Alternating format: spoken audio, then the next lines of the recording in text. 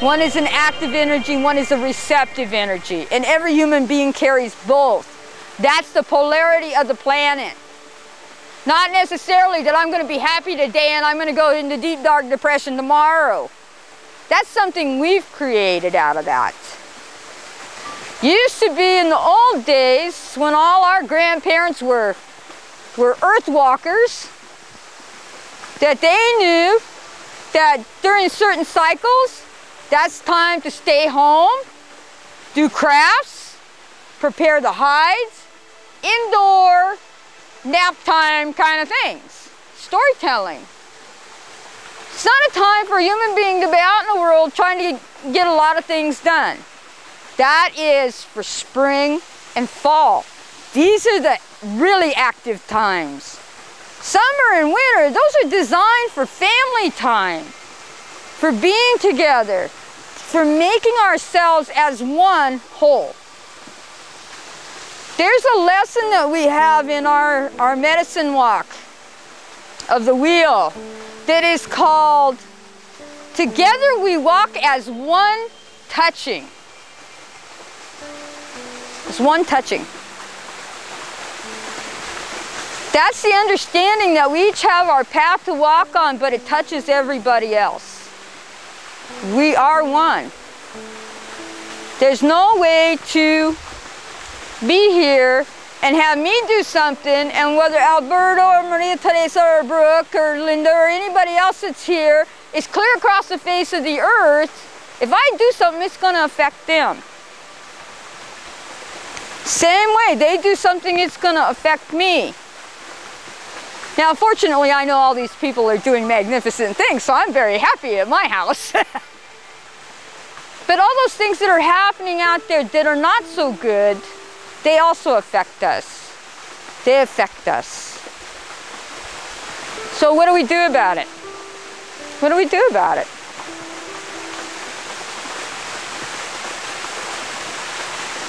You can pray.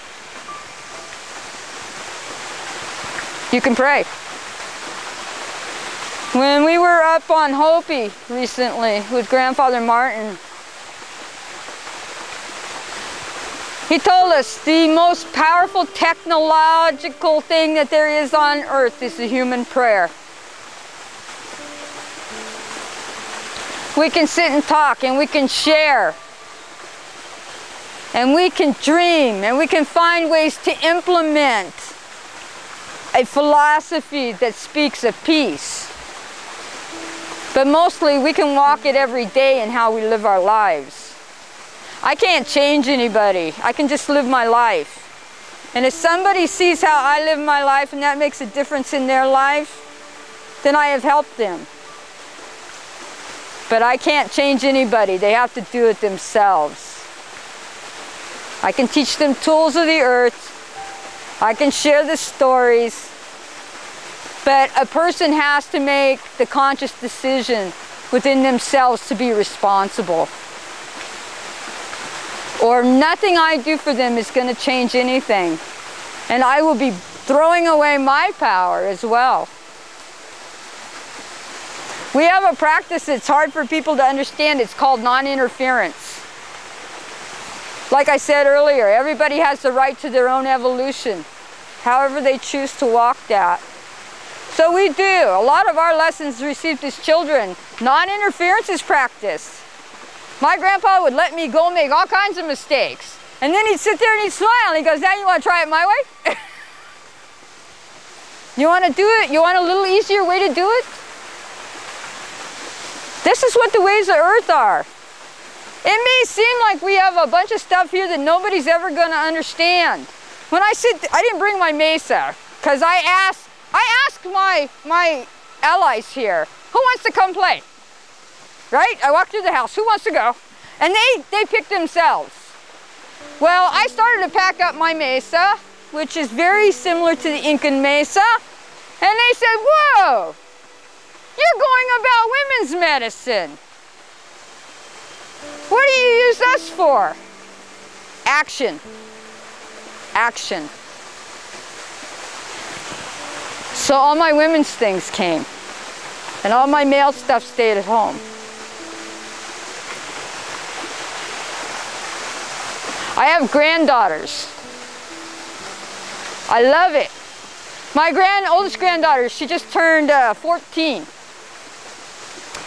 And she came to me and she says, Grandma, what do you do when you can hear what people think?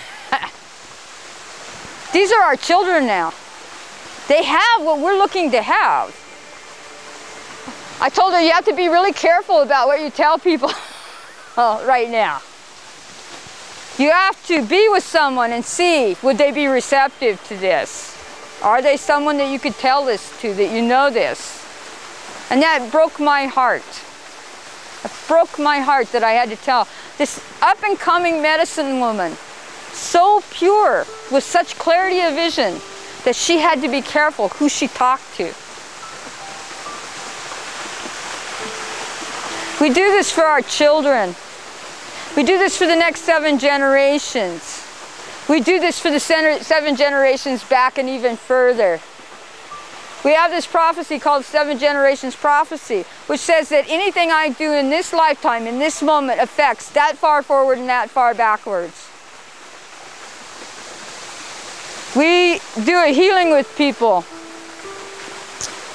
a curing of soul sickness. And so we have them go within on a journey, and they gather themselves. And when they come out, they are healed. But the interesting thing that has happened is we are now starting to hear from them that not only did their life instantly change in that moment, but when they were back with the people that, you know, perpetuate the dysfunction, they had changed. It was no longer there. By changing ourselves, the people that we relate to change as well.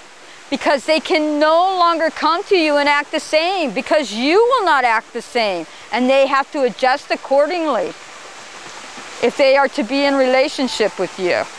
Now, they may not understand it like you do, but it happens. And it's for the best. It's good when we have harmonious relationship. I've had several relationships in my life that I had to back way far away from people and tell them, I want quality time, not quantity time. You know? And I would always get, you know, this little guilt trip thing that humanity has learned to play on people, right? That we are your family. Well, yeah, so don't that mean we should love each other? Because if I'm with you and all we're doing is fighting, then somehow that doesn't quite work for me. At first it was difficult, and I actually had to literally pick myself up and walk out and leave. But after I did it twice, it didn't happen anymore. Now we have good relationship. We do things, we play together. We celebrate love and family, and it is a good thing.